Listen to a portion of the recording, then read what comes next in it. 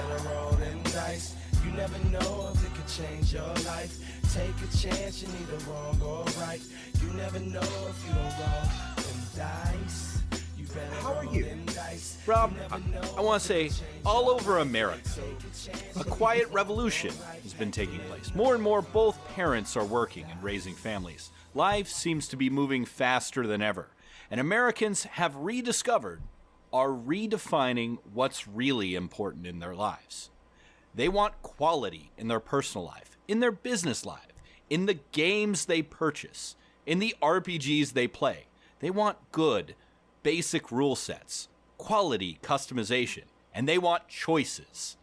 Variety at a reasonable price. Americans want value. Rob, Sizzler, the RPG, brings the choices you've been looking for, giving you the right to choose. We're offering much more. We're holding to traditions, yet changing with the times. Choices and selections. Choices of directions. Choices that can add a little more freedom in your game. Sizzler. Sizzler.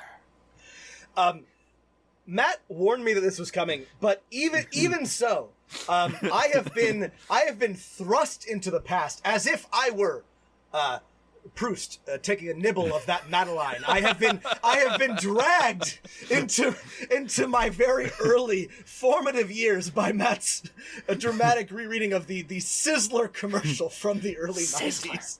What does it say about the decadence of our late capitalist culture that for you and God. Sizzler commercials from the 90s are our Proust Madeline moment?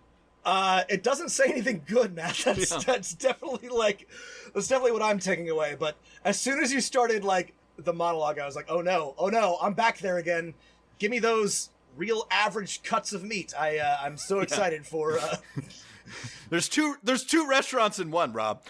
Hey, Rob, we're gonna play In Search of Lost Minds of Fan Delivery.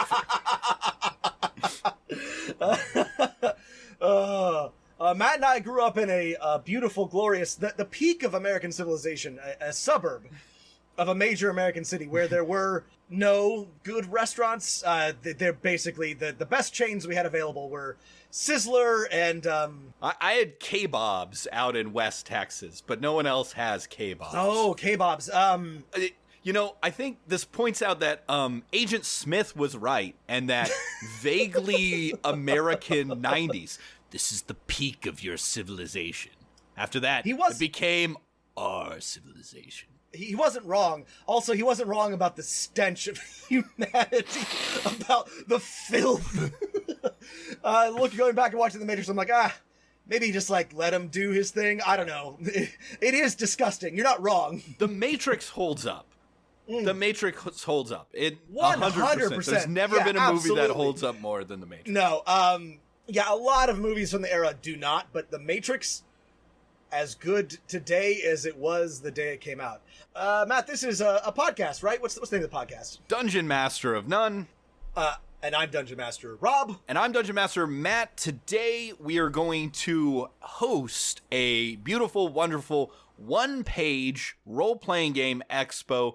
One-page role-playing games created by me, Dungeon Master Matt, Rob, and our listeners before we get to some great Dungeon Master advice. Yeah, we have Matt and I both spent dozens of minutes toiling over our respective RPGs, and 4 of you have bravely sent in yours to be reviewed. God bless you, and thank you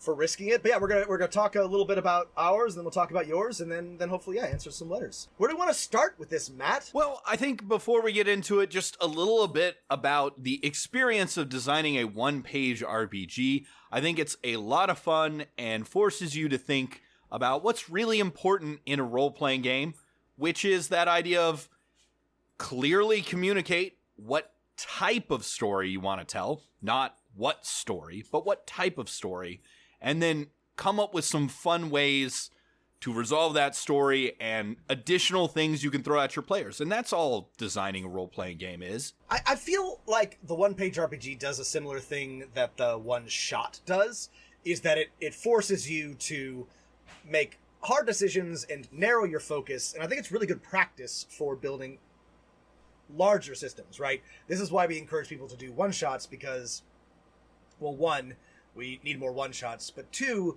because I think that it's good practice for building something longer. And a lot of people try to start with the whole thing first, when really you should, I think, get your practice on smaller chunks. And I think write a short story, not the next Wheel of Time. That's actually exactly right. Yeah, it's the same advice that you might give a aspiring novelist, right? Practice with short stories before planning out and beginning your epic 10-book fantasy series.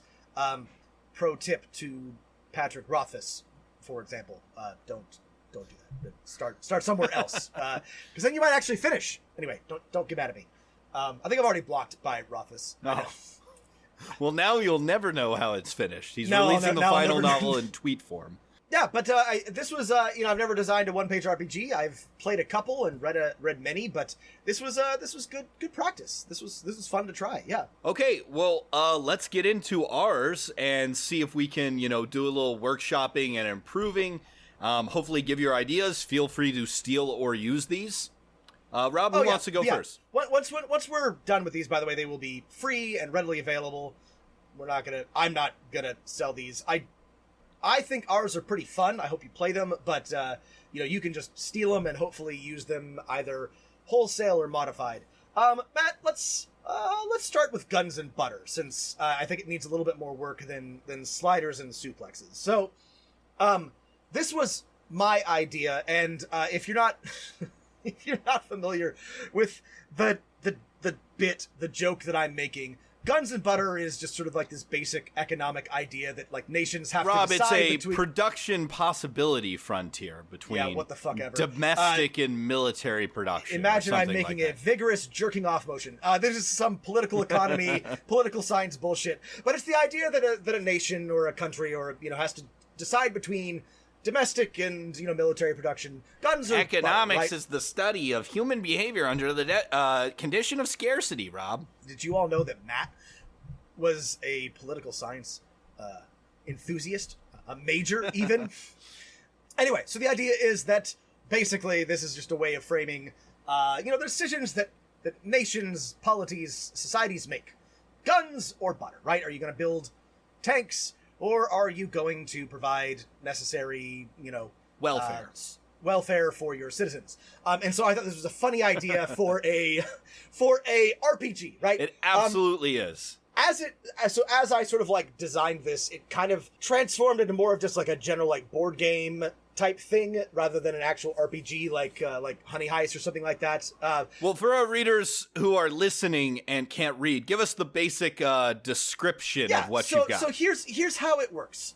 So you are the leader of a fledgling nation, and I have provided like Honey Heist or Big Gay Orcs, a way to randomly determine the name of your nation, and you're given your leader is given a secret agenda, which you are supposed to follow. But the core mechanic for Guns and Butter is that there's a series of crises that you and the other leaders have to resolve, the Council of Nations, ranging from pandemics to alien invasions. And you do so by bidding an amount of guns or butter. You have a pool of dice, basically, guns or butter, and you bid a certain amount to try to resolve the crisis. If you bid butter and you resolve the crisis with a butter solution, or if you bid guns and you resolve the crisis with a gun solution, you get some of your resources back. I have not quite figured out what the end goal is. I'm thinking once one player reaches a certain amount, or all players but one are out of resources, they become the global hegemon or something like that, and that's the end of the game. But that part I'm not clear on. But either way, you're just sort of trying to resolve these crises through consensus building, and you have hidden agendas to try, which benefit you if you agree or disagree, or go for guns or go for butter, and there are modifiers which can adjust sort of the outcomes. I think this would be fun to play. It needs a little bit of tweaking, though. Yeah, I think this is a great core mechanic. I think both of us tried to deviate a little bit from the basic lasers and feeling one one stat, one-page RPG, but there's no reason why you have to do that, we should say, right? There's nothing wrong with the lasers and feelings, which is what I was trying to do, Yeah. but could not stick to because I have major problems with following instructions. It's not clear from your rules, but I think the one first tweak I would suggest is that the bidding should be secret. Yes. Sorry. That is not clear from the rules, but I agree that bidding should be secret. Yes. And if the bidding's secret, you can, have two different colored dice. You know, we all have hundreds of those tiny white or red die or something, and designate one as gun dice and another as butter dice or something. I think other than that, there needs to be more opportunities to make it more of a role-playing game for player leader actions in this fake Cold War stuff. And I don't know what theme you're going for here, but like this reminds me of like playing the video game Junta or something, or Tropicana. As I was describing it, it's a bit like playing Diplomacy, the board game. But Cold War-ish. But Cold War, right. Because that's Cold War debate, guns and butter, right? Late industrial, Everything feels very 50s of like, the debates over social democracy in Western Europe, etc. Yeah, it's definitely like a Cold War game, and the crises you deal with are Cold War era crises. So this is the part I could definitely use your help with. So I came up with this late, but like I love the secret agendas, right? These were meant to sort of like give your leader a personality, but there could probably be something on top of that, or actions in addition to that. To make it more role playing based. Yeah, I think first off, let's get with the secret agendas. You made it too hard on yourself. You could give some suggestions, but you should have players write their own secret agenda. And it could just be like, you should give them all the page of suggestions, but it could be cripple the player to your left, or forge an alliance with 3 players. So have your players write the secret agenda on a note card, pass them to you. You might need to, as the dungeon master, refine them a little bit. And then I would say the other thing that I would tweak in the core part of this game is there needs to be more player action. So maybe something like have the game is played through 2 types of turns, an action turn and a crisis turn. On the action turn, players describe what their nation is accomplishing and doing, and maybe they gain one resource or another. They can establish an alliance. It's a chance for them to do some fun and funky role-playing as ridiculous leaders of fake Cold War nations, and then the crisis hits. Then the Illuminati strike. Then a global revolution happens. There's room in the rules for another step, and I think the step of this could be a relationship building or internal management or something. Yeah, something where your personality, your role playing makes a difference. So I'm gonna put a pin in that, but I like the idea, and I'm gonna add something before we share this to give a role playing step before the crisis step. Right? I like this idea because right now it's maybe a little bit too simple. There's just crisis after crisis after crisis. So I think that you're right that maybe a diplomacy or a infrastructure stuff. Right. My nation builds spy satellites, or we start a propaganda radio broadcast. That's right. That would be a good opportunity to add some RPG elements, and yeah, you could earn resource die for that. Okay, right. Cool. And maybe a suggestive mechanic for the dungeon master or game master in this for rewarding creative role playing in the crisis step. This could be something where players can, hand a free die to the player they think did the best role playing in that crisis, or the dungeon master can reward someone, something like that. To really make it because the core mechanic of a secret bidding in a competitive / maybe cooperative role-playing game, you don't know, right? Your players could all unite in a harmonious league and try and fight off the aliens, or they could devolve into two factions. Yeah, there's nothing stopping them from all just agreeing to cooperate, which which would be fine. Sorry. Okay. I think this one will be fun. I think that there's room here. If you love Cold War history and just general like nerdy history shit, I think this will be an entertaining nation building, world building, one-page RPG for you to fuck around with. I think it should be like a good like one-time or one-off a game. I would play this. I actually might run this for some of my players once I have this hammered out. I actually did something similar for my students on like economic systems, where I had them design a fake nation on a series of islands, and then presented them with a series of crises, and they had to describe how a nation with a particular political or economic setup might be forced to respond, what its strengths and weaknesses are. They loved it. I did this a couple times in student government and in one of my young leader conferences when I was a kid. If you're a huge worthless nerd like I was in high school, you will love this sort of thing. This is Model UN taken to the 10th degree. This is I know what this needs, right? I actually, the core mechanic here, since it's secret bidding, Rob, is a large-scale prisoner's dilemma. It's the log-rolling, shirking problem, right? You want the crises have some common element. Benefits if you all agree, but you have incentives to You need to make clear in the rules what the incentive is for basically, there should be maybe other incentives if the crisis is not solved, but you save your resources, right? Right. For example, add rules so that it's not just a straight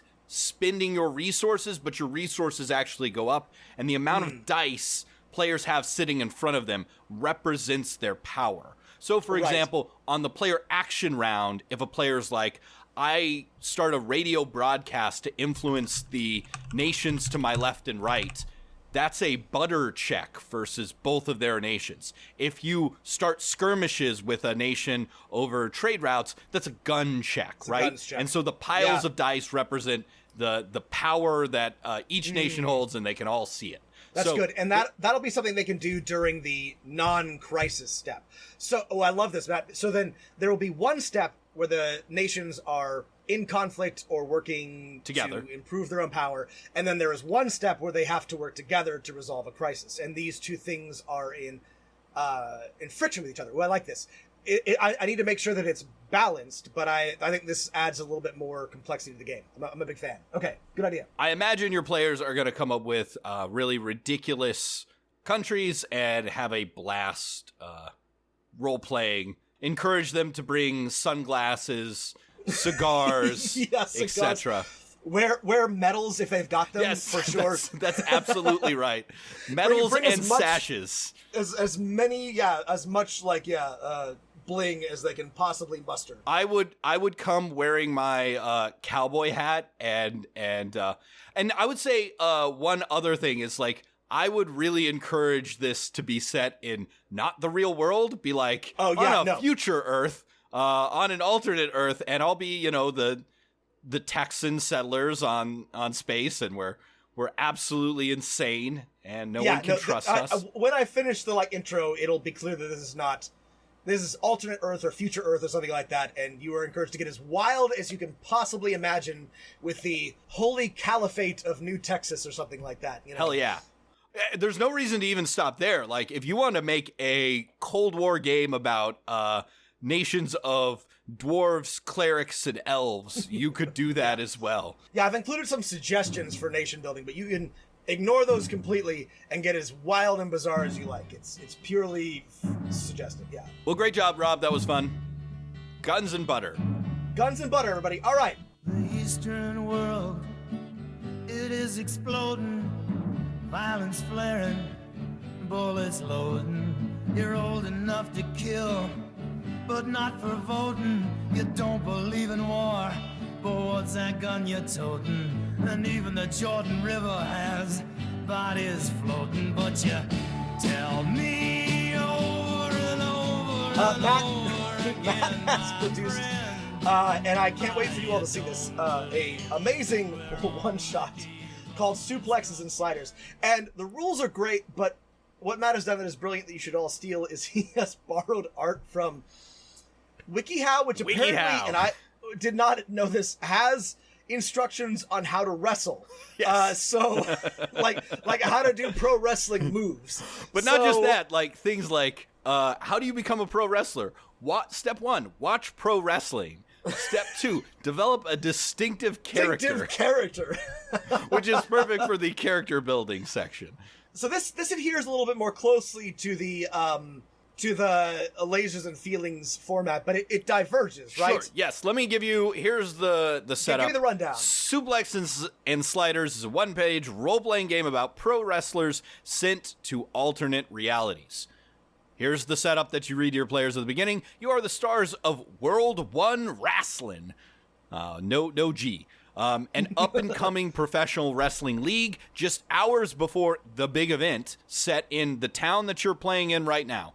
Suddenly, a science van crashes through the room, and a wave of strange energy rolls over the players. Dr. Carol von Hersini stumbles out and explains that the LEAP, the Lepton Energized Alternate Particle Accelerator, must be programmed with what is different about this new universe in order to travel home. Beautiful. And then you do as one normally does in a one page, right? You've got a roll, and listen, if you are listening to this podcast, there's a strong possibility that you are among the leftist, nerd, pro wrestling, extreme niche of the internet, and so you're familiar with these, but the roles are face, heel, monster, manager, enforcer, and valet.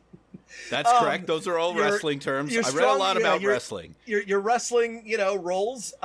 Your concept and attitude could be a working class hero or an evil rich business executive, or my favorite, you just love the troops. Love the troops. I'm sorry. That's so good. It's so pro wrestling. You're just a wrestler that loves the troops, man. Yeah. You're just saluting in your weird shorts, and everyone's cheering. Yeah. Don't you love it? In this game, you don't have stats. You have 2 things you're good at: one in the ring and one outside. Of course, have your fake identity, your wrestling name, and your real name. I tried something different with the mechanics here, Rob, and these probably need some work. But here's the basic idea: is players have 2 pools of dice, and the dungeon master, game master, probably has 1 big D6 that they plop down in the middle of the table. You have your work dice and your shoot dice, which are, again, wrestling terms. You roll some work dice, you roll some shoot dice. The dungeon master sets a target difficulty for these 6-sided dice, and the outcomes are 4 possibilities: yes and, yes but, no and, or no but, depending on whether your work and shoot dice tell you whether you succeed or fail, yes or no. Shoot dice tell you if a side benefit, some advantage happens because of your actions, or something, a new threat emerges because of what you did. Yeah. And I think this is fine, Matt. The thing is, and this is not a problem, but as compared to Lasers and Feelings, this requires a teensy bit more work and creativity on part of the GM. That's fine. It means there's a little bit more room for, well, is that true? That's a little bit more room for interpretation, but it isn't inherently, I think it works. I was trying to get back to, Rob, in a role-playing game, if you had to reduce everything to their essential outcomes, right? Right. In Dungeons & Dragons, there's, as written, right, a binary outcome to every action, except in certain cases where there's a trinary outcome, because you can have a critical success or a critical, or maybe a something either works or it doesn't. Right. That's maybe the main thing that D&D has going for it. Yes, it keeps it simple. Lots of other games have mechanics where something works but a bad thing happens. Right. Something doesn't work and a good thing happens. And this is common in Fate and Savage Worlds and all sorts of other things. And I'm a fan of it. However, the caveat is that it does require a little bit of interpretation and creativity on the part of the GM, which again I think is mostly fine. But there's a reason why I think people are attracted to D&D, because you have a clear answer, and if somebody decides to give you shit about it, there's usually something that you can point to end the argument. Absolutely. However, I'm assuming this is not a game where you're going to be having arguments about the rules. If you're going to be playing pro a game wrestlers sent to an alternate universe where everyone is apes, you know. By the way, listeners, I'm not sure. Most of you are. Well, this is not true. I think a majority of you are roughly our age. I think that we have a... I think you just imagine that because you see yourself in all of our readers. That's right.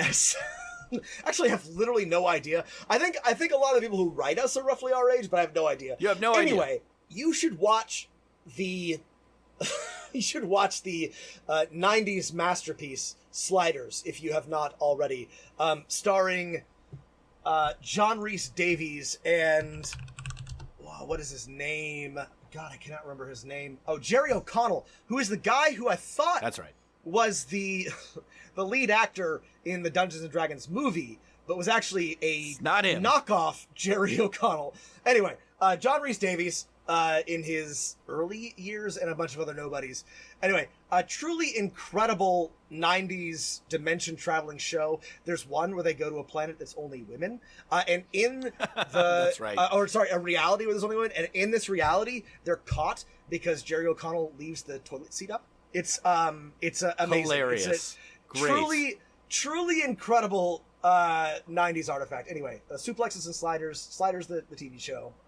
And I mean, my idea is, right, what are maybe pro wrestlers not good at? And I think scientific exploration and investigation. So, right. How would you use your ability to do like a wrestling move to determine what is going on in the world that you have accidentally shifted into? And that's what I love about this, Matt, is that it is like there's a distinct conflict between what you actually can do and what you need to do, which I think is very funny. The thing that I can critique about myself for this, looking back over it and talking with you, is I realize one thing that might be helpful for a dungeon master is really making sure that players have the opportunity to set up and describe their small wrestling outfit and universe, who their friends are, who their rivals are, what the place they're like is before the game begins, so that you then as the dungeon master can be like, hey, here's your friend. You've gone to one of my choices is the goatee universe. They have a goatee now and they're evil, right? Or, right. Some of them maybe are straightforward. It's a universe or a reality where humanity is enslaved by aliens. You just got to fight the aliens and then make it back to your dimensional travel. Suplex the aliens and the others might be more complicated, You're famous. Maybe your players want to stay here. You're the biggest pro wrestlers in the world. I think it's good advice for both of our RPGs, and it depends on the length once we actually get them finished, but more opportunity for character creation and tables for the game master, I think, are our big takeaway. Yeah. Those are the most useful parts. Both of them would be, if we have room for them, again, and still fit it onto one page, are things we could both add and make these a little bit more engaging. But I would play both of these. This was a ton of fun to do. If you're trying to want like a little break, if you're designing games or running something and you want a little break and also want to like stretch your creative muscles a little bit, try out a one-page RPG. It'll take you an afternoon. And it'll get you thinking about mechanics and about how games work together, and I think it's great practice. Yeah, give it a shot. If you want to make it as easy as possible, right? Take lasers and feelings, this idea that your characters have 2 stats, and they are mutually, there's a zero sum between them, right? And then pick your theme of the quick, fun game that you've always wanted to run, right? Yeah, literally just. Replace the specifics of lasers and feelings with your own 2 concepts. Have fun with it. Draw from any genre or any like concept that you like, and you can easily make this work. Okay.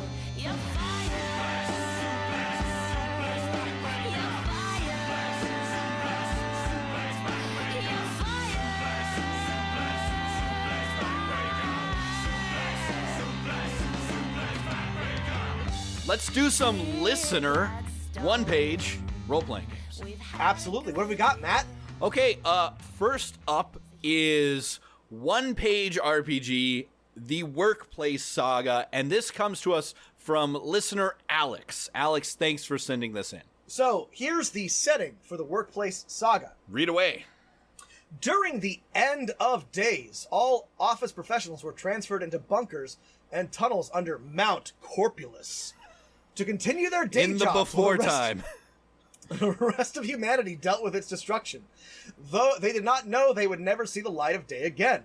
For hundreds, maybe thousands of years, their descendants struggled, lived, and died, and punched their time cards under this mountain. They dug at earth and rock, adapted, mutated, survived. Rob, was it you who suggested that I read Bullshit Jobs? Yeah, This I think reminds it was. me of this book. It does. Yeah. It does. Yeah. That was good. Good book, job. David Graeber, Bullshit Jobs. Yeah. Your classes could be duct tapers, lackeys. I'm trying to remember the other ones. Something puncher, box ticker. Box tickers. Yeah. Okay. Well, sorry. Continue on. So, it's actually that's a great idea for an RPG. Is a Bullshit Jobs RPG. Anyway, shamans from many departments have received the email in their dreams requesting help. They send their finest employees to answer the call. Wonders, dangers, and adventure await you under the mountain in a realm called the Workplace. I fucking love this, and I also hate it. So, Yes. Thank you and fuck you, Alex, for this nightmare that you have plunged me into. This is the perfect combination of like Fallout plus Paranoia, the classic RPG. Yes, absolutely. This is just like such like a fun bit. It very much captures the the drudgery. This is like if I don't know, if Dilbert. Well, I hate to use Dilbert as an example because Scott Adams has become Scott Adams. But if Dilbert were funny still and self-aware and made into like an RPG, I think this would be like an interpretation of that. This is very much captures the the miserable drudgery of a working place. Yeah. All characters have two stats: compliance and innovation. Employees must tread the line between complying with the rules of the department and thinking outside the box. This is very funny. And you risk becoming a splainer or an unploy. So, anybody who has worked in any corporate environment ever will find their PTSD being triggered by this particular game. I can't, and this is the perfect theme, right? You as the dungeon master take your favorite, post-apocalyptic Mad Max Fallout story, but then instead of the heroes being, people with shotguns and cool football pads and spikes, right. They're they've got name tags and they don't know why. It's part of a religious ritual, right? Yeah.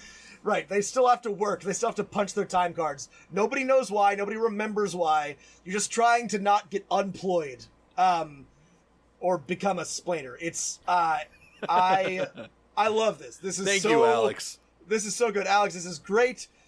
This really nails the lasers and feelings binary. This is super fun. I can see some places where this could be bolstered and fleshed out, but the core conceit is just so funny. Yeah. And if we have any advice to you, Alex, it's the same we gave ourselves. Add more tables of weird things to happen and hooks for the game master. I think one thing that would be fun would be a table of what type of company you are, right?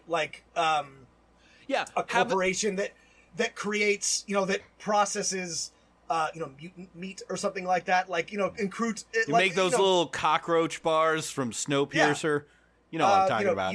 You have you're a salesperson in a that works for a manufacturing company that makes shoulder pads. You sell futures of something. It's right.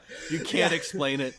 Right, you run the stock market, but nobody knows what that means anymore. Yeah, it doesn't refer to number anything. line it's go up. All praise number line. Praise the number line. Have your players come up with what their department and company is. Right. Right. They will already be having this riff that Rob and I are having, and that'll be a blast. What did David Graeber say in Bullshit Jobs? Or that's the author, right? Graeber? Yeah, David Graeber. It's like, if you can't explain your job in like a simple non-compound sentence, it's a bullshit job. Yeah. I think he's right. He's right. He's absolutely right. I'm a teacher, Rob. What do you do? I have a bullshit job. Hey. I have a bullshit job. It's fun, though. It's fun. It's fine. I'm not mad about it. Most people have bullshit jobs. Most people, yes. Most people do. Not Matt, though.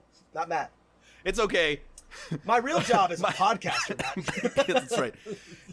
It's okay, because I have this non-bullshit job, I'm just ready to go back and die. That's right. That's right. Betsy DeVos has said that only 0.2% of children will die from the crisis. That's children, Matt. You'll notice she didn't mention teachers in her estimate of how many people will die. That's okay. It's like politicians always say, teachers are the future, not the children. Right. Take this job and shove it. I ain't working here no more. A woman done left and took all the reason I was working for. Okay, let's get our next one. What's our next one page, Matt? The next one is Pomp and Circumstance, and this is from Steve from Yorkshire. I love the name. Again, this is exactly what I did. Steve from Yorkshire is much better than Matt from Houston. Oh, you meant Pomp and Circumstance. I got you. I would say, Matt, that Steve from Yorkshire, already, if he were, I don't know, leading like a charge of, if he were the commander of some army, I would follow him more readily than I would Matt from Houston. Absolutely. I'm just, Pomp and Circumstances. You are junior officers of the 5th Company under the army of King Uthbert. War has come to Otavia, and the king has called you to defend your country with blood and steel. Otavia prevails. I love it already. This is exactly the same place I started. I came up with a clever phrase, pop, guns and butter, Pomp and Circumstance, and then worked backwards. This appears to be based on, your Napoleonic 19th century warfare type of... Lieutenant Sharp. Yep, Lieutenant Sharp. Good, honest... charging into with bayonets into shrapnel type of stuff.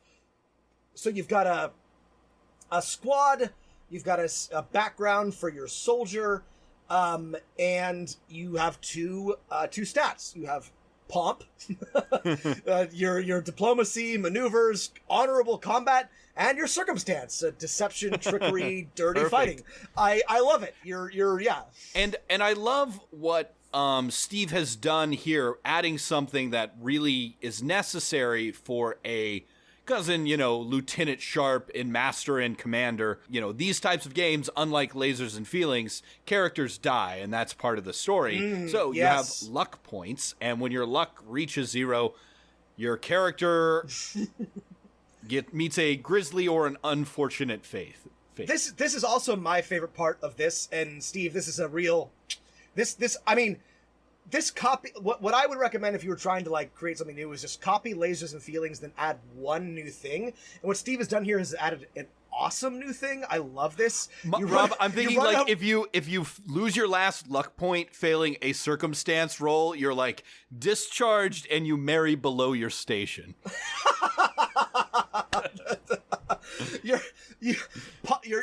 fail your pomp roll and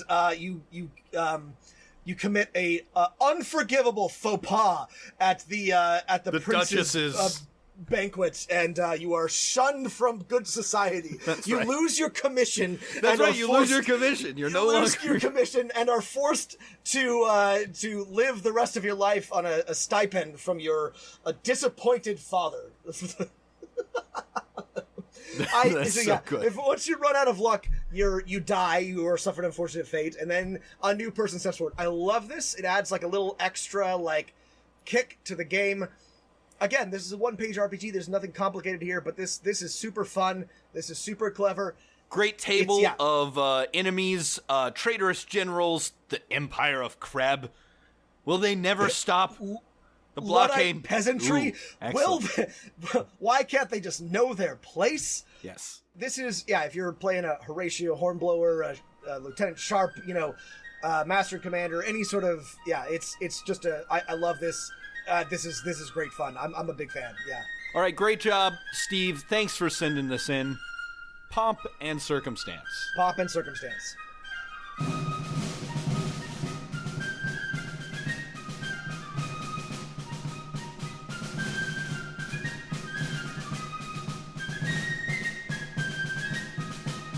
All right, our next one is Streeps and Tourings, right? That's what's up? Yes, Streeps and Tourings. This comes to us from Callahan from Denver. Thanks, Callahan. And Callahan, I appreciate that you have listened to our suggestion. Callahan writes in this building a character that, as we have pointed out, there are two kinds of nerds, theater and math. And I don't get mad. I do think there is some diversity there. However, I would say that most nerds can probably be grouped broadly into one of those two categories. So these are your Streeps and Tourings. Absolutely. I think it's a much more poetic name than theater and math nerds. Yes, I love the Streeps and Tourings interpretation of it. It's much more, So you have, again, two stats. You're better at touringing or streeping. Technology, science, or intuition, diplomacy, seduction. But the great thing is that this is a Breakfast Club bottle episode of a campaign, and that all of your nerds, be they, prop makers for the theater group or AP chemistry nerds, have all been sent to detention. You have to figure out why and who really did it. That's right. I love this, like Matt said, bottle episode, Breakfast Club. God, this is actually like a really great, one-shot. I mean, this scenario is such a great, one-shot, right? Your Streeps and Tourings are put together in detention. You have a few hours to solve why you got there and who really did it. And there's exactly as much, information as you need to set up a scenario. This is great. This is really well designed, Callahan. This works perfectly. I love this idea. There's a role-playing game that I've never played that I've always wanted to try called The Breakfast Cult, which is this with I've heard of fantasy. this one. I have not played it either. I heard good things about it. Yeah. The table is great. A prank gone wrong, a stolen mascot, contraband, right? Property damage. Who really did it? The jocks, goths, punks, the band, the teachers. This is great. You have everything you need here to run a fun few hours, one shot. Yeah, this is great. So if I had any advice or things I could add, is one of the great things about the Breakfast Club is all the characters have a wonderful introduction scene, like where the, shy girl makes a sandwich out of sugar, a pixie stick, and cereal, or Bender is just an asshole or something like that. So I would say, or no, the outsider lights a match on the roof of his mouth. Classic stuff. Yeah, I would say so. Choose your elective, and then choose your quirk or something. Write it down in secret, and then sometime, probably early on in the adventure, reveal your quirk, and you get a bonus D6 to your next roll after you finally opened up and told us about your nerdy past. And this mirrors the key moment of the Breakfast Club. The reason we all love it is when everybody comes out about their thing. So every player has a background trauma or quirk or hidden secret, and then you can get a boost or a bonus whenever you reveal that at a dramatic emotional moment. And because everyone's a nerd, they're not going to force poor Brian to write the fucking essay for everyone. That was not fair. That's right. Not fair. That's fucked up, guys. So the other thing I would add is, again, advice for all our one-page RPGs is we can always add more tables. This is ripe for twists. There's a raccoon in the school vents. The wise janitor shows up. The two teachers who are having an affair, are also in school. Something else, right? Add more things. Yeah. Yep. Of course, the Dungeon Master will be coming up with those, but always helpful to have a table. Love this Streets and Turns. Turns. Thanks, Callahan. That's when strange sensations start to grow. We are not alone. You find out when your cover's blown, there'll be somebody there to break your fall. All right, our last one-page RPG, and this, before I even get into it, gotta give major credit to really tightly plotting this into one page, is Bad Day in Superhero City by Infinite Brooms. At Infinite Brooms on Twitter, if you want to find him. Yeah, please follow them. And it begins with a radio broadcast, because this is a superhero RPG. It's another beautiful day in Superhero City. Our noble heroes are working to keep up the hard-working citizens safe. But 3 supervillains are still on the loose. Name your villains. There's an exciting event planned today. Describe the event. But wait! Oh no! Describe the problem. Which supervillain is behind this? Can our noble heroes stop it and catch the supervillain in time? Stay tuned, dear listener. Love it. Perfect setup. Again, the great thing about a one-page RPG is that you can just, you don't have to, be nuanced. You can just hammer your tropes as, directly as you want, and that's fun, right? You're not trying to, subvert anything. You're just having a good time with some good old-fashioned tropes and stories. Yeah, and this is a great way to start with superheroes. We've got a simple system of a D6 roll with some modifiers. Characters can be brainy, speedy, and tanky. Your 3 stats, which is truly a distillation of all of superhero games and comic books. There's a lot of room, because it doesn't say they have to be a superhero team. One of my favorite, superhero stories is always the team sort of coming together.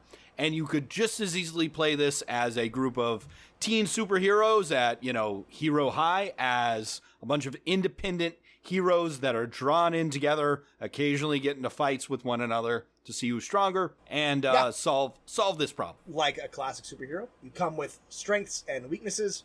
You've got a few things that can happen to you. I think this is great. This gives you everything you need to start. The same advice I would give to Infinite Brooms as we give to everybody else. Add a couple more tables.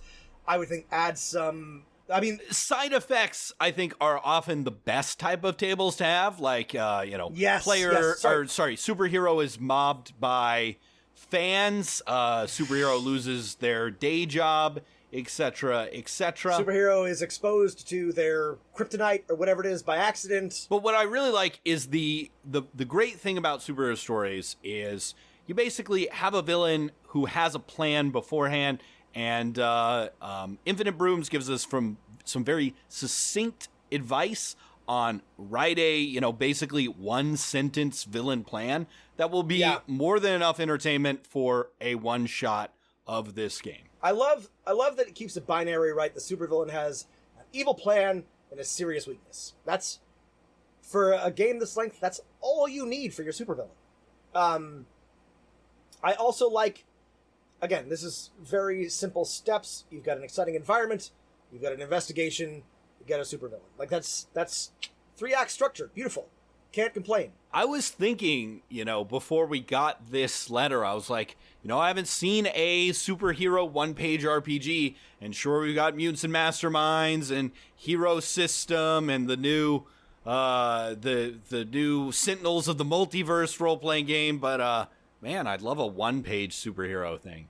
And there we have it. We didn't give you guys a ton of time to work on this, and these are all great. The only thing that I would do to any of these before putting them out there is add a couple of charts and tables and a few more options. But these are all totally playable and totally workable as is. Oops. How many are there? As are. There's more than one. That sounds weird saying it. Anyway. Can you say so we will share these. We will share these with our own, and you'll see. We'll include a link. Irregardless, thanks for no. Oh, God fucking damn it, Matt. Thanks It's for... a word now, so I can't bitch about it. Thanks for nothing, Merriam-Webster. Go fuck yourself. Thanks for writing in, and we'll be back with some quick letters and Dungeon Master advice.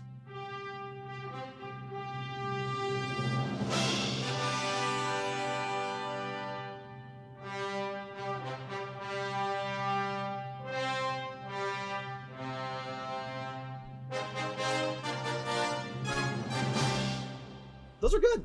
It was really great. Okay, we've got, it's the mailbag portion of the show. We've got your letters and messages and our Dungeon Master advice. Hopefully it's good stuff. Our first letter is on quadratic wizards and linear fighters in 5e. Hey guys, I love the podcast and have listened to every single episode since discovering it. Fantastic advice, great attitudes, and both your love and knowledge of RPGs and D&D specifically is wonderful. Keep it up. I had a question for you about a particularly tough issue that I've been facing in my campaign. I'm running a 5e adaptation of Reign of Winter, and my players are now in Book 2. This involves what is supposed to be a kind of harrowing overland trek through wintry conditions where I'd have the opportunity to introduce them to a lot of cool plot elements through encounters on the road. The module says it's supposed to take about 9 days and gives 5 different event type encounters. Some of these encounters are really cool and give really neat flavor on what's going on beyond the immediate quest. The problem is the party has used a combination of Phantom Steed, Tinser's Flowing Disc, Rope Trick, and Lehman's Tiny Hut to render themselves virtually immune to any on-the-road dangers.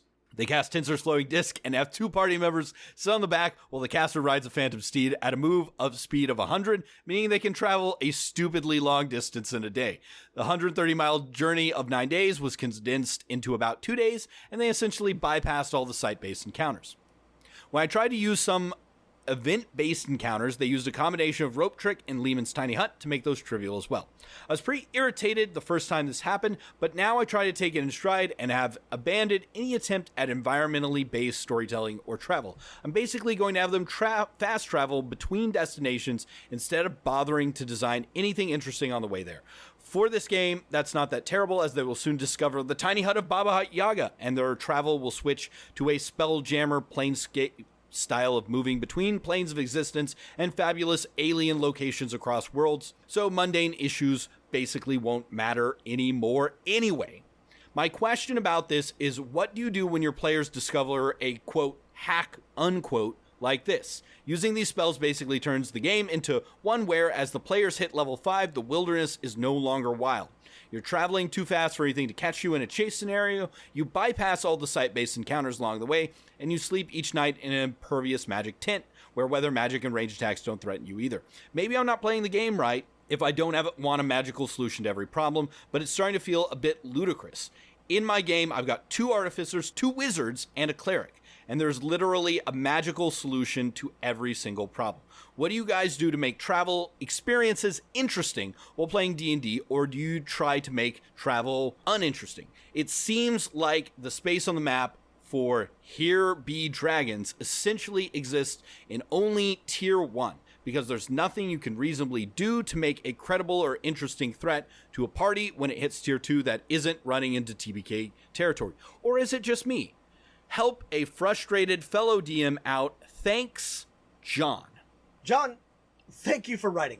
I personally have some direct experience to share with you. So I have as well.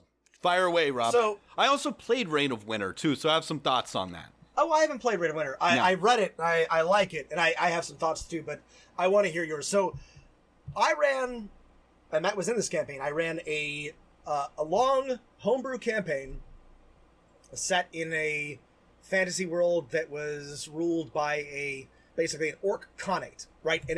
And the whole conceit behind this homebrew world was that I liked the rules that Pathfinder had for horseback combat, and I wanted to build a campaign where if people wanted to fight from horseback or spend a lot of time on a horse, they could do so. And for about 3 levels, that was very interesting. And then 4th level, and especially 5th level, it stopped being interesting. And so I ran into much the same problem as you did. My players were very smart. They were very good at knowing what they could do. I did not have Combo spell. I didn't have all magic users, but I had enough that they used flight and later teleport and phantom steed and all sorts of things to basically invalidate any sort of like travel-based concerns that I had. And so what I do is basically rewrite big chunks of the campaign or just skip over the large travel sections that I had written. So I guess my takeaway for you is that you're not alone in this particular problem. You're not wrong to be like, well, this sucks and I don't know what to do about it.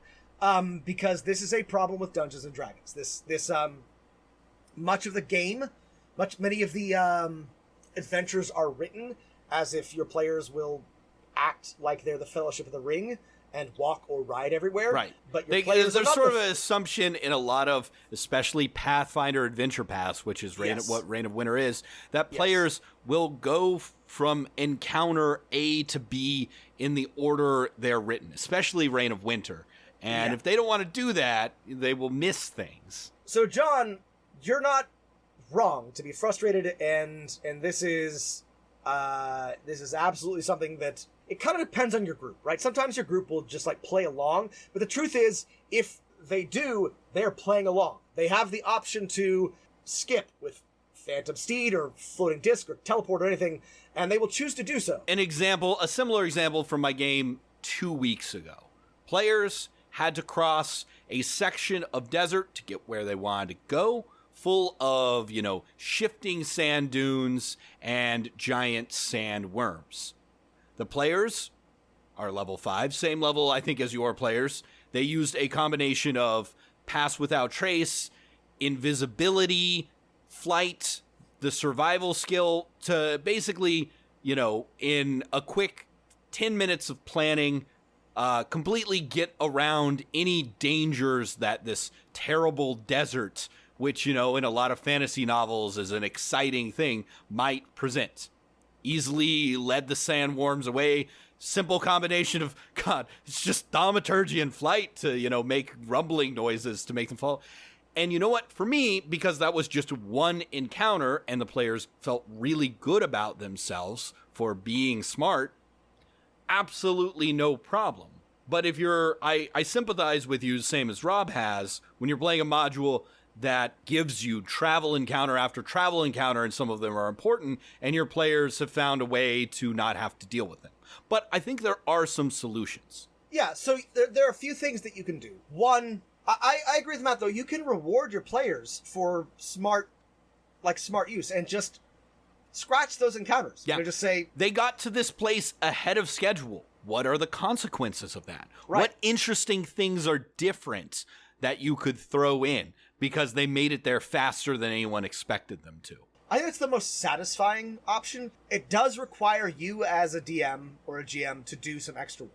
And that's kind of a bummer, especially if there were some cool travel encounters planned. You can try to rewrite them so they're not dependent on being in a certain place, but again, that takes work. But you should reward your players if they are clever, right? Yes. I mean, I think so. Absolutely. Absolutely you should. I mean, listen, your players are not the first players to come up with the Tensor's Floating Disc Phantom Steed combo. It's tried and true. It's been used for a long time, but good on them, right? They've mastered the magic of the game and have used it effectively. They should, reap some reward and give them an opportunity to feel good about this, right? Honestly, whenever players invalidate whatever that means, some challenge I've set up for them, and I find some way to make them feel good about that, I usually end up feeling good as well. The second piece of advice I have is on these travel encounters, make sure, and maybe you have to go and rewrite and tweak any of the ones that are left, that there's something there to motivate the players. They don't have to stop, but there might be a reason that is immediately apparent to them that they might want to, right? I mean, this is the cheat that I use all the time, is I use either story circumstances or character circumstances to suggest strongly that even though they could teleport or fly wherever they want to go, it's better for them if they ride a horse.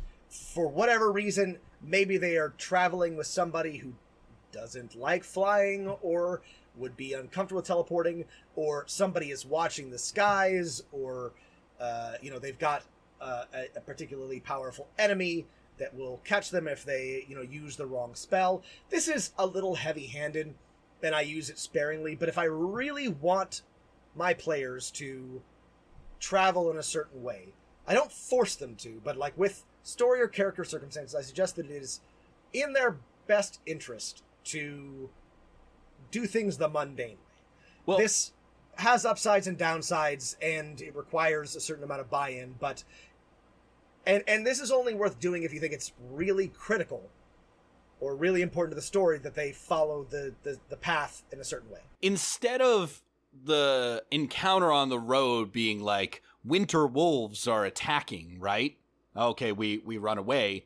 Winter wolves sent by the forest hag, which the child who they can immediately save and throw on their floating disc and get away from the winter wolves, will tell them that this hag is also a servant of the Baba Yaga herself. And so if there's like some story thing about the wider world, they'll be like, well, we don't have to stop, but maybe it's worth investigating. We might find some clues about Baba Yaga's rule of whatever kingdom it is, I forget, or her daughter's rule. Spoilers for Reign of Winter, whatever, not big ones. And then you've presented them with the choice. And if they want to continue on because they can escape the threat, they've made their choice. But now that they have information that might give them a motivation to stop, deal with these wolves that are terrorizing travelers, because they know they might get information about a servant of their enemy, ally.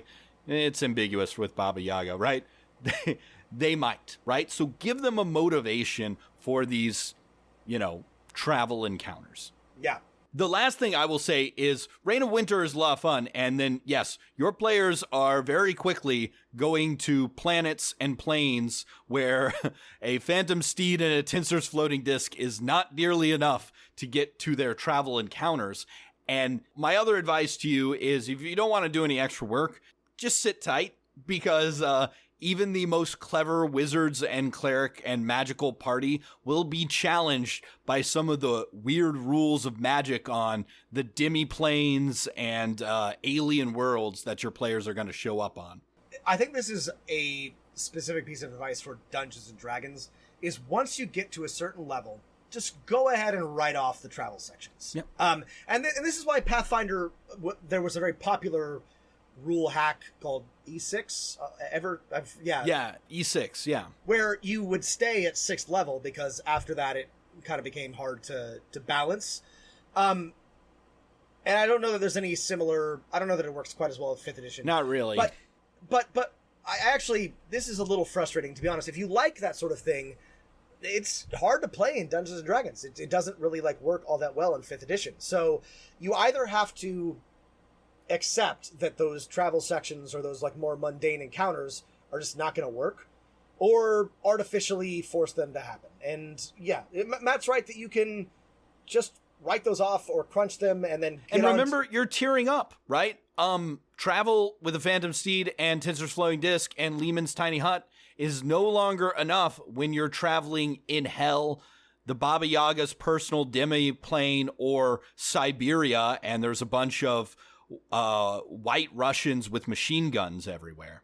Right. It's no longer sufficient, right? Yeah. A great adventure path with the ridiculousness. It's a really fun, wonky adventure path.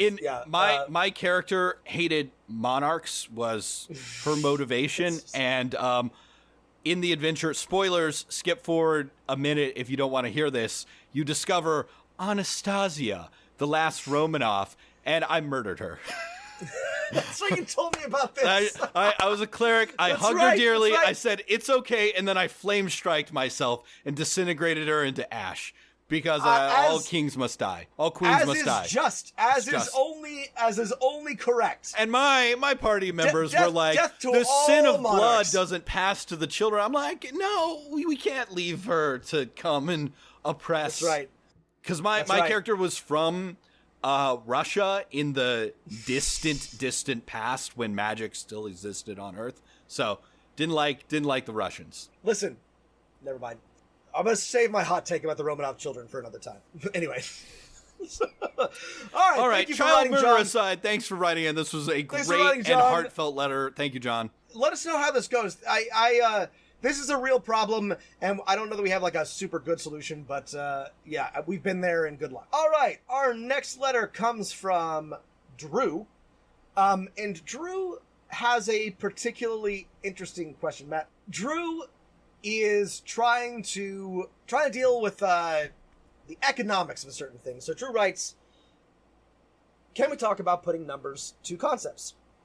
For example, how much should homebrew things cost? How much loot should players get for something? I'm running a game in a world where I made where there are crystals that store magical energy, like how batteries are able to store electricity. I don't think batteries can actually do that, Rob. I'm a battery truther. It's a new thing I've just decided for myself. Is this like a magnets, how do they work thing? Yeah. No one knows. I'm not a scientist, a batteritician, so I'm just going to say that batteries can store electricity and leave it at that. I trust the experts, Matt. I think batteries store charge. These crystals can be used to power common objects like lanterns, traditional magic items like magic weapons, gems with spells embedded, but most commonly used to power airships. I'm good with the concept and story, but I'm struggling with the numbers. I want the cost of charging, crystals' capacity, and time to charge to be a factor in the decisions, not to rule them. How much should a quest reward in general, and how much the cost of a ship upkeep factor in? How much should crystal items cost? Do you have any suggestions on how to work out these kinds of things? Best, Drew. This is a tough question because you're playing in an edition where there is no advice on this. Yeah. So, Drew, I'm really glad you asked this question. You're so fucked. I don't think you're going to find it very helpful, but I'm glad you asked it. Yeah, actually, so I am doing something similar in my Pathfinder 2e campaign, second edition, where I have the conceit that Quicksilver can be used to fuel all sorts of magical and steampunky type of both spells and contraptions. Like thermometers, beaver pelt hats, and the cure for syphilis, correct? That's right. Exactly. And I ran into a similar problem. So here's sort of the mechanism that I used, and you can... And this doesn't work very well for 5th edition. So real quick caveat is that 5th edition really like fucks you on this. Yeah, And you're not so a fucked, good... and there's no economy rules whatsoever beyond first level for anything that players might actually want to buy with their vast amounts of wealth that they might earn.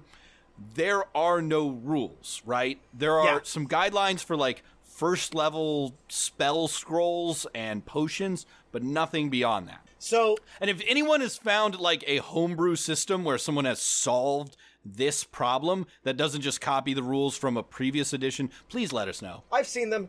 They're fine. None of them really does it right. So, Drew, first, just do the best you can. You are not alone. Nobody's gotten this right. Here's my sort of rule of thumb, right? When I was building my Pathfinder 2nd edition homebrew bit for this, is that the amount of, for me it was Quicksilver, for you it would be crystals, whatever they accomplish, right? If an amount of crystals that was needed to power, what am I trying to say? A +1 longsword. +1 longsword, right? You just match it to that, right? If there's an amount of crystals that would allow you to cast a fireball spell, whatever it costs to buy a scroll or a wand of fireball, roughly that amount is how much it should cost your crystals. And depending on whether or not your crystals are reusable or if they can be modular, you might want to make them more or less expensive. But frankly, this is about as detailed as I can get with you, and you can probably get, and you are going to have to probably experiment with this. But I think that's a pretty good place to start. Look at the costs, and again, you don't really have them, but look at the costs for scrolls and for wands, and then roughly approximate, what your crystals or your specific magic fuel can accomplish, right, and then price them accordingly. I would say something like you could take the gold amounts for magic items from 3rd or 4th edition. If it's a temporary thing that lasts an hour, cut it down by 10% or something like that of the cost. Look at the XP chart for 5th edition and knock a 0 off all those numbers. Put a level for your magic items at what level a character might find them godly at, and then use that number. But the last thing to remember is that, okay, lots of world builders and dungeon masters have written, a peasant makes a copper piece a day, a craftsman makes a silver piece a day, a skilled artisan makes a gold piece a day, whatever. That doesn't fucking matter for your game because your characters are not any of those things. For the vast majority of the wealth your characters will have, you control that amount, right? Or at least the potential, right? You're like, all right, I'm going to put 100 gold in this treasure chest. This person's going to reward them 200 gold. If they do it, it's up to them whether they earn or find that gold, but you're putting it out there for the money that they have. So it depends on how much loot you put out there. And again, older editions had tables with amounts of loot and stuff and did this work for you. Don't know why they took this away, whatever. My biggest problem has always been getting my players to spend the loot that they have because they don't know what they can buy. So, Drew, I think your biggest problem is going to be reminding them or putting in front of them your magical items, not actually pricing it correctly. Because in all of my 5th edition games, I have found that my players get to a certain level and they've just got like oodles of gold and just no idea what to do with it. And it sounds like with the setup you're going with talking about a player's charging crystals for a magic airship and stuff. I mean, I like there's the Star Trek style ship adventure, but there's also a Firefly style ship adventure. If you want it to be a Firefly style where they're worried about fueling their ship, make it expensive relative to the amount they earn on their various missions. If you want it to be something that they just dump their extra spare change into, and they spend their time buying cool upgrades like crystal laser beam scanners and blasters and tractor beams for their ship, then make it a trivial amount. If you want to, what I've done is that you can also just, if you want them to spend money on things, crank up the difficulty a bit. Like, give them more challenging enemies who are using your unique items to remind them that they should be trying to upgrade their ship or buy crystal-infused swords or whatever so that they can compete. And this can be hard to balance, but yeah, if you were trying to balance this and trying to get your players to engage, that's a good way to sort of figure it out. Well, thanks for giving us this very frustrating problem, Drew. We feel your frustration. I think this should be enough to at least have a solution. I think maybe you've done the right thing. If you set some initial prices, then set how much loot your players get based off your prices, not your prices off of some abstraction. But yeah, know that you're not alone. Know that this is a big time challenge, and good luck, Drew. All right, our next letter is about Lord of the Rings. Hi, DMs. Hi, DMs. Taking the hobbits to Isengard. Potatoes. Hi, DMs. I'm sorry. I was listening to the Two Towers Chapter 3 today, where Pippin and Meriadoc are prisoners of the orcs, and I finally decided to turn it off. In the twilight, quoting now, in the twilight, he saw a large black orc, probably Ugluk. You're afraid of the white skins. Run. Just some sample quotes. It's clear from the novels, Tolkien has made a safe white world for himself, where all the evil characters are dark-skinned, swarthy, slant-eyed, tribalistic savages. I guess my main question is this. How do you both feel about measuring content creators of the past by today's standards? Is it worth it to continue reading past the problems while still identifying them and marking them as wrong? My personal opinion is that The Left Hand of Darkness can posit the idea of gender non-binaries 50 years before they became socially acceptable. Tolkien made a conscious decision to write a novel that would make his perceived audience feel safe and unchallenged. A more relevant question would be this: how can we celebrate and welcome diversity in D&D when these fantasy touchstones that have defined our game for decades don't hold the same values of diversity that the modern era calls for. I would love to hear your perspectives on the D&D orc, goblin, drow, or any other species that is problematic, and how players can turn them from a stereotypical savage bad guy to something that doesn't borrow from stereotypes to demonize them and desensitize us from not feeling anything when we pretend to kill them. Dr. Daig. This is a really good question. And this A well thought out line of pondering. And this relates directly to what we talked about last week and I think the week before that. Honestly, it relates very closely to what we've been talking about off and on for, I think, since we started this podcast. So, Matt, I want you to keep me honest here. Yeah, sure. So I'm going to say two things. I'm going to say one thing. I don't think that it would be the end of the world if nobody read The Lord of the Rings anymore. I know that this is a blasphemous thing to say. I love The Lord of the Rings. I have reread it recently. I still think that it is actually quite a good series of books, even though roughly 2/3 of it is travel narratives. I think that it is still quite romantic and engaging, and that it has some very, very good lines. But I don't think that it is so central to the canon that anything would really seriously be lost if no one read it anymore. That's my first thing. I mean, and for, I think people from our, speaking of 90s Sizzler commercials, our generation, like you and I read Lord of the Rings as I think basically our introduction to fantasy, and before. I think I was 11 when I read The Hobbit. Yeah, I read The Hobbit when, I was very, very young. Maybe 10. I don't know, younger. Here's my... I can remember, Rob, a conversation with my dad after I had read The Hobbit. I was like, yeah, and then, Bilbo found a ring, and my dad's like, well, maybe there's more to that than what's going on. I'm like, no, Dad, I finished the book. It's just a ring that turns you invisible. Oh boy, was I wrong. My dad is from the generation that read, Lord of the Rings when people were listening to Led Zeppelin and writing Frodo Lives on the bathroom walls and, that kind of thing.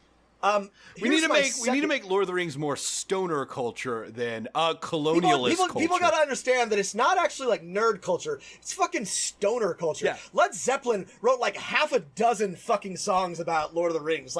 It's not for nerds, man. It's cool, but not anymore. Yeah, but we was know cool how in the cool 70s. listening to Led Zeppelin is. All right, here's my second take. All right, so that's just kind of throwaway take. My second take is that of our canonical fantasy authors, Tolkien is not that bad. So he absolutely does. You put Robert Howard and Tolkien. I guess I'll pick Tolkien. I mean, we're talking Tolkien, we're talking Lovecraft, we're talking Orson Scott Card, every Robert Heinlein, I just when placed in sort of the pantheon of, and I'm using quotes here, greats, Tolkien comes off looking pretty okay. So here's the thing. You're 100% right, Dr. Daig. He describes men from the East as swarthy and dark-skinned and savage. He describes orcs as, again, black and dark-skinned. The only good, uncivilized people are basically Welsh druids, right? Yeah. Or they're maybe Sami people, the wood people, the Woses, what were they called? Woses, I forget what they're called. They're the only good non-white people, but they're also white. Tolkien embodies a pretty, unambiguous, colonialist attitude. My argument for not immediately canceling Tolkien is that it appears to me to be a largely, and this is no excuse, but a passive, sort of unexamined, colonialism. Tolkien exhibits to me no loathing of, people. And we have seen a letter came to light recently where he, the Nazi party asked him to sort of endorse one of their things, and he was like, fuck off. A re-endorsement. Tolkien was not a Nazi. It's a high bar we have for our heroes. And the last thing I'll say about this is that he struggled immensely at the end of his life with the question of orcs, right? He had written them in a certain way to be corruptions of elves, but as he grew older, he started to struggle with the idea that any race or species might be inherently evil. And he wrote to others that maybe instead of being corrupt elves, they were, created from beasts or birds or something. And this never made it in any of his books. But my takeaway is that if you are going to give anybody the benefit of the doubt and not immediately cancel them, I think that Tolkien deserves some of this. That being said, we should absolutely not just like uncritically take his interpretation of orcs or elves or dwarves or whatever. Dwarves, again, I don't think this was meant to be hard or meant to be a criticism, but the dwarves are kind of anti-Semitic. Their language is Semitic in origin, and they are greedy and gold grubbing. And again, this feels very just like Tolkien is a British man, and so just inherently like drops these cultural assumptions into his story, which is again no excuse.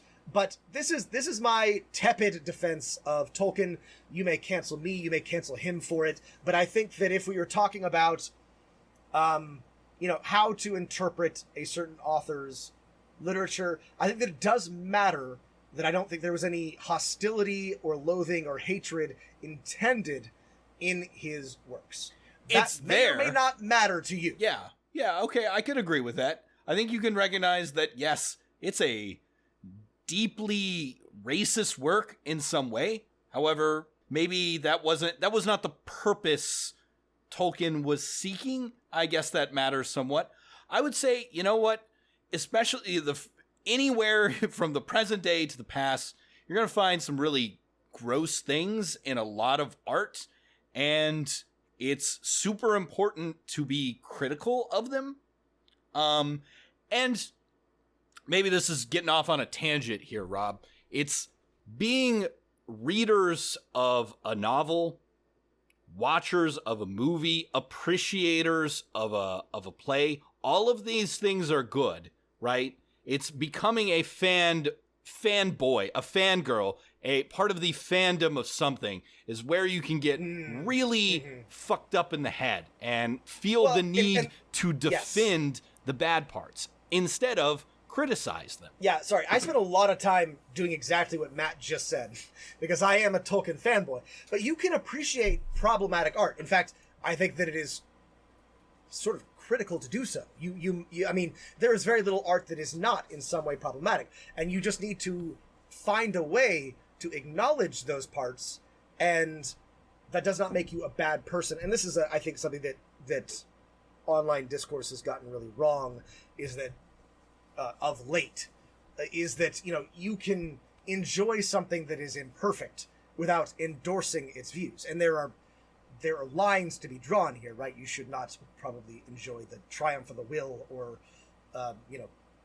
explicitly racist or, anti-Semitic works, but you can appreciate something without being a fanboy or fangirl. It's important to understand these things, and that way, you can have someone like, there was a great piece by David Roth in The New Yorker on Starship Troopers, right? And the way Paul Verhoeven takes, things like Nazi propaganda films, flips them on the head to create a great sci-fi satire of fascism. Yeah. But the point about Ursula K. Le Guin in The Left Hand of Darkness is, I think, also relevant, Rob. That is relevant, and and frankly, if everyone else had to be excised from the canon, I would happily wave goodbye if Ursula Le Guin were the only one left standing. Absolutely the greatest of all time. And this is a good point. If she can write non-racist, or anti-racist and gender-accepting novels 50 years ago, surely everyone else could have done that if they chose to do so. So Dr. Daigle brings up a good point here, is that we should be careful about judging people by modern standards. And I've been talking a lot about the Founding Fathers lately, and the important context there is that by the standards of their time, they were pieces of shit. Yeah, pieces of shit. By the standards of his time, Tolkien was pretty middle of the road. That's no excuse. but it is worth bearing in mind, right? So here's, I guess, and this is why I told you to keep me honest. Again, I'm a big Tolkien fan. However, and when I read his works and I read his letters, I think that he was doing his best. But somebody else might look at those same letters, those same works, and come to a completely different conclusion. They also might not care. They might see that he wrote things that they thought were racist and misogynistic and colonialist and say that fucking sucks, and they would probably be right. Yeah, I mean, it's not like we haven't seen, alt-right people using, Aragorn, sorry, the Kingdom of Aragon, using Aragorn, talking about the men of the West, right? In their propaganda. Ooh. It's not, that's the problem with these things, right? Yeah. So I don't know that we have a very good answer for you. It's a good, of course, it's a good question, Dr. Dig. And here's what I would say for you and for all of our listeners is to be generous with yourself and with your peers, right? Assume good intentions of people that you know and care about until proven otherwise. Be critical of what you read. Don't become so much of a fan that you are not able to accept criticism. Again, Tolkien doesn't need you to defend him. He's dead. His estate does not need you to defend him. It's got bajillions of dollars. Nothing bad will happen. All squandered. Nothing bad. Sorry. His son probably needs you to wait, did he die? I'm Christopher sorry, I totally Tolkien? forgot. He might have died Christopher Tolkien recently. still alive? Anyway, Yeah. he does need you to criticize him because he sucks. Yeah. Anyway, the point is, there's no benefit to you. Like, nothing matters if somebody criticizes Tolkien. There's no reason for you to come to his defense. Which I have done anyway, so don't listen to me. But I think that the lesson here is to, kill your idols. Don't become so attached to any one thing or any one piece of media, because they're all imperfect, and that's okay. This encourages you to cast a wider net and to learn more, I think. And here's the challenge to all of us, and we've talked about this when talking about the orcs, goblins, drow, etc. on our other episodes, so I don't want to get into it too much, and about the fantasy genre in general and its origins, right, within the sort which of... are racist. Which racism regardless, and, are racist. and the sort of Western racist project of the early first half of the 20th century. That's where most of our tropes come from. However, right, we're creative people. We can also imagine, in the same way that Ursula K. Le Guin did in The Wizard of Earthsea, in the same way that thousands, if not millions of you, including all of our listeners, are doing in your own games that are fantasy games. Imagine a fantasy that is not reactionary, that is, in fact, challenging us to imagine a better world, and a world that is worth fighting for. And there is power, and there is meaning, and there is delight in taking those, again, an inherently or a stereotypically reactionary subject and making it not so. That is a fun and valuable project. And that is, I think, why it is still worth reading fantasy, still worth playing in a fantasy genre, because it gives us an opportunity to create something new out of it. So, as we've said before, just because Tolkien wrote the first fantasy novel that got made into a Oscar-winning movie or sold the most copies doesn't mean that he owns mythology, myth, people buckling swash and casting spells. These belong to all of humanity, and all of humanity has stories and ideas about these things. So that's the other important thing to remember. Exactly right. Well, Dr. Day, great question. Thank you for writing. We have more letters, which we'll get to soon, but keep them coming at dmofnone@gmail.com or at the Dungeon Master hotline 774-203-4629. Or add us on Twitter. As always, please leave us a rating, a review, tell your friends. This really helps. Almost at the top of the charts. Any day now.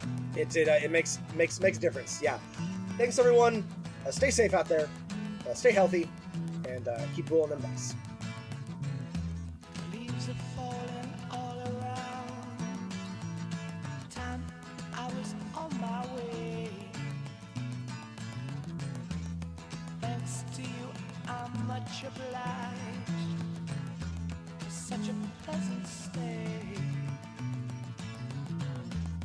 But now it's time for me to go. The autumn moonlight's my way.